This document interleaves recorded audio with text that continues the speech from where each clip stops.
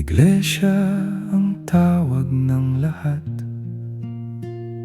Tuwing linggo'y bukas ang pintuan upang sambahin ang Panginoon.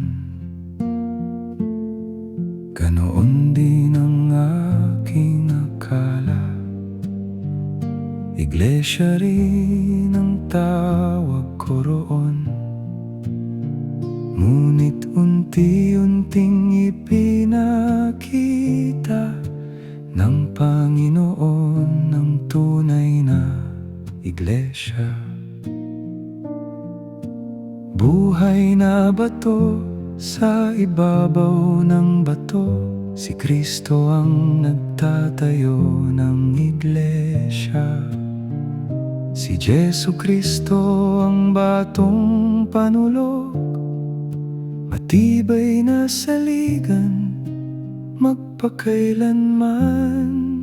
Ito ang iglesia, mga tinawag ng Panginoon, tinubos ng kanyang mahal na dugo, katawan ni Kristo.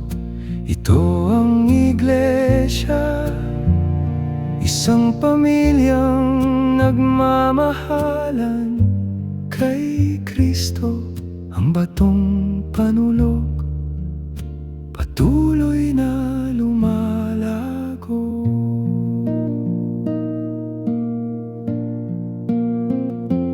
Bagong buhay sa kanyang dugo, namumuhay sa kanyang biyaya. Ang mga tinawag ni Kristo, ang Eklesia, sumusunod sa kanyang salita.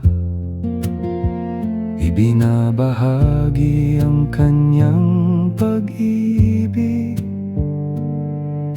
Kami ang katawan ni Kristo, ang Eklesia. Tinatawag niya ang bawat isa,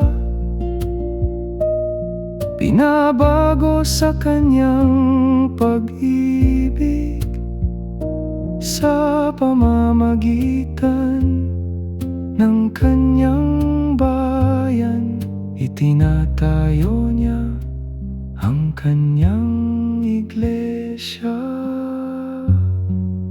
Ito ang iglesia, mga tinawag ng Panginoon, tinubos ng kanyang mahal na dugo, katawan ni Kristo. Ito ang iglesia, tahanan ng kanyang salita. Kay Kristo ang batong panulog, nagkakaisa sa kanya. Higit pa sa gusali at krus, ngayon ay nakita ko na ang mga tinawag ni Kristo, ang Eklesia, sila